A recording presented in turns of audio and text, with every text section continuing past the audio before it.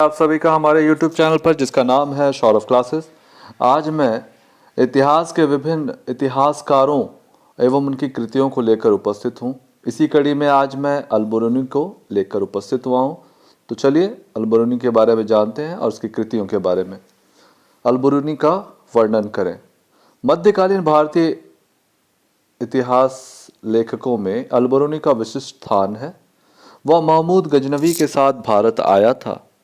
उसने भारत आकर तात्कालीन परिस्थितियों को अपने ग्रंथों में संकलित किया, जिसे फारसी भाषा में कई ग्रंथों का लेखन किया, जिसमें तहकीक-ए-हिंद सर्वोत्कृष्ट ग्रंथ मानी जाती है। अल-बरूनी के भारत आकर भारतवर्ष का गहन अध्ययन किया। उन्होंने भारतीय विद्वानों से विभिन्न विषयों पर चर्चा की और संस्कृत भाषा भी सीखी।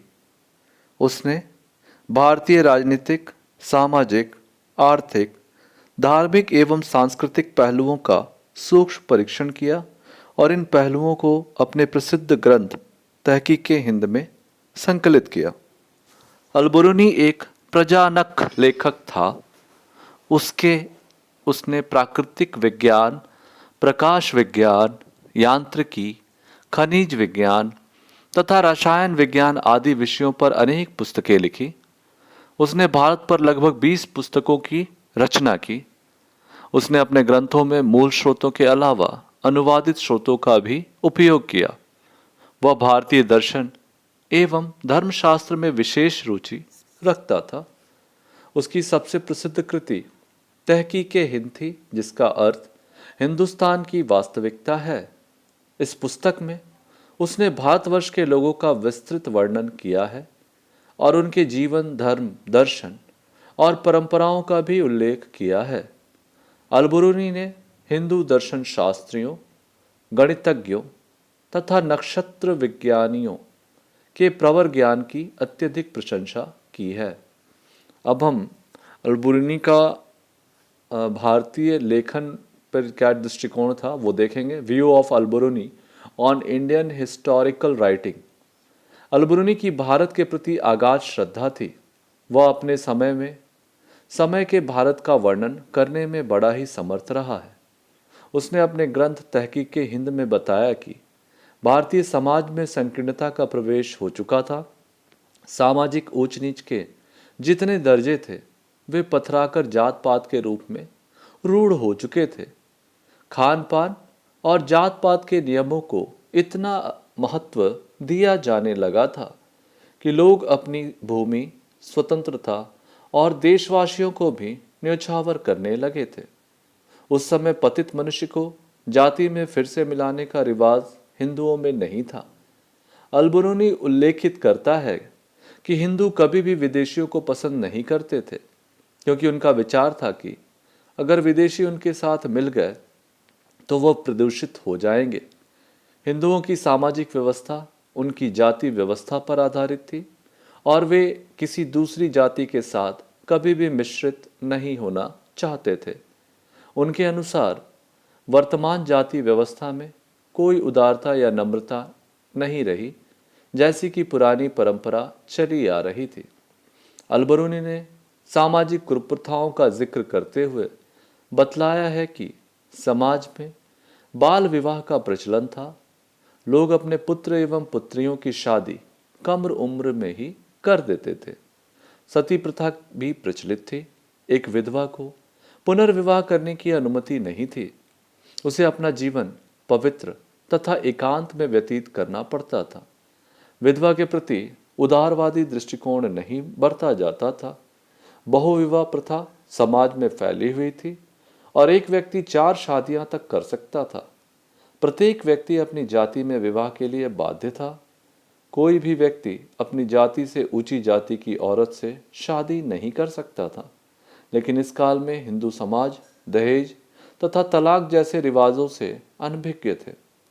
अल-बरूनी के अनुसार वैश्य तथा शूद्र वेद पढ़ना तो दूर सुन भी नहीं सकते थे। स्त्रियों की समाज में निम्न स्थान प्राप्त था तथा वे शिक्षा से वंचित रहती थीं। मंदिरों में देवदासी प्रथा थी, जहां युवतियों को रखा जाता था। अल-बरूनी के अनुसार भारत में नियमित न्यायालयों का अस्तित्व था। अक्सर व्यक्ति न्याय हेतु आवश्यक दस्तावेज सहित लिखित आवेदन न्यायाधीश के समक्ष प्रस्तुत करते थे। गवाहियां भी दी जाती थी। एक व्यक्ति से सत्य बुलवाने के लिए सख्त यातनाएं दी जाती थीं। दंड अपराधों की प्रकृति एवं गंभीरता के अनुसार दिए जाते थे। अपराधियों को जाति के अनुसार दंड दिए जाते थे।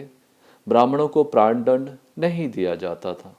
सामान्यतः एक पुत्र उत्तराधिकार के रूप में अपने पिता की संपत्ति पाता था। पुत्री को छोड़कर औरत को उत्तराधिकार में कोई भाग नहीं मिलता था। वह अपने पुत्र की संपत्ति में 1/4 भाग प्राप्त कर सकती थी। अलबरूनी ने वैदिक धर्मावलंबियों को हिंदू नाम से उल्लेख किया है और कहा है कि वे लोग एक ईश्वर को मानते थे। उनका ईश्वर अनंत, अनादि, सर्वशक्तिमान, सर्वज्ञ और सर्वव्यापी समझते थे। हिंदुओं की एक बड़ी संख्या देवी देवताओं की प्रतिमा को पूजते थे, लेकिन जो व्यक्ति दर्शन शास्त्र और धर्मशास्त्र का अध्ययन करते थे और सत्य का सार पहचानते थे, वे मूर्तियों की पूजा नहीं करते थे, बल्कि सिर्फ ईश्वर की पूजा करते थे। हिंदू आत्मा एवं मोक्ष में विश्वास करते थे। हिंदुओं की मान्यता थी कि जब आत्मा का परमात्मा से मिलाप हो जाता है, तभी मोक्ष की प्राप्ति हो सकती है। हिंदुओं में इच्छित वरदान पाने के लिए भेड़े और भैंसों की बलि चढ़ाने की प्रथा प्रचलित थी। अलबरूनी ने भारतीय राजनीति के विषय में बतलाया है कि भारत छोटे छोटे राज्यों में विभक्त था। ये राज्य अपने स्वार्थ एवं हितों की पूर्ति हेतु आपस में लड़ते रहते थे। ये राज्य अपने संकुचित विचारों के कारण संकट की स्थिति में भी एक दूसरे को सहयोग नहीं करते थे।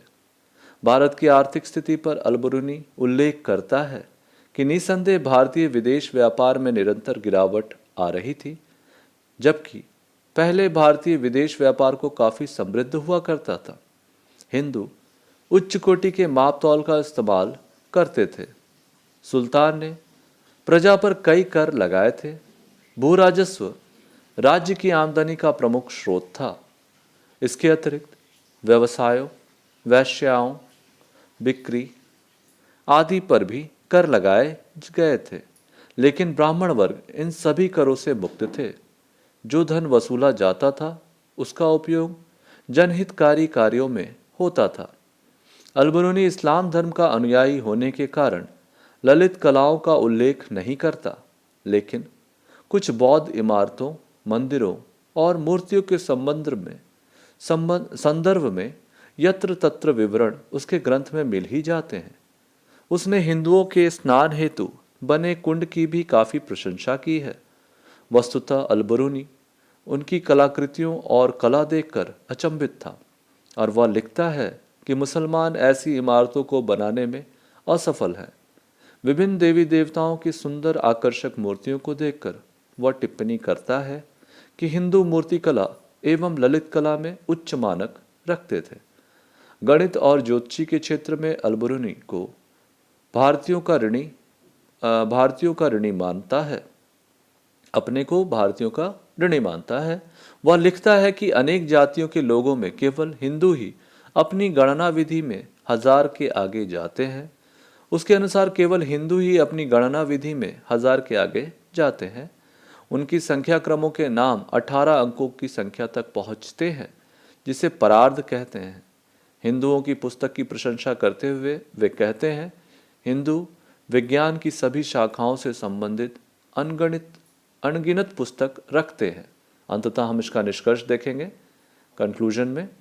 इस प्रकार उपरोक्त अध्ययनों से हम इस निष्कर्ष पर पहुंचते हैं कि अलबरूनी ने भारतीय विषयों के गहन अध्ययन के पश्चात समकालीन विषयों पर अपनी दृष्टिकोण को परिलक्षित करते हुए व्याख्या की। उसने तात्कालीन सामाजिक, आर्थिक, राजनीतिक, सांस्कृतिक, धार्मिक आदि तथ्यों को निष्पक्षता पूर्वक उजागर किया। उसकी पुस्तक तहकीके हिंद तात्कालीन परिस्थितियों में रचित अन्य पुस्तकों से अधिक प्रामाणिक मानी जाती है।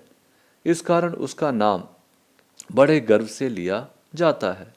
प्रसिद्ध इतिहासकार लूनिया ने अलबरूनी के कार्य को अत्यंत महत्वपूर्ण बताया है। उसके अनुसार अलबरूनी ने निष्पक्ष दृष्टिकोण अपनाते हुए विपरीत परिस्थितियों के बावजूद इतिहास का सही रूप प्रस्तुत किया है। इस प्रकार से हमारा यह विषय आज यहीं समाप्त होता है। धन्यवाद।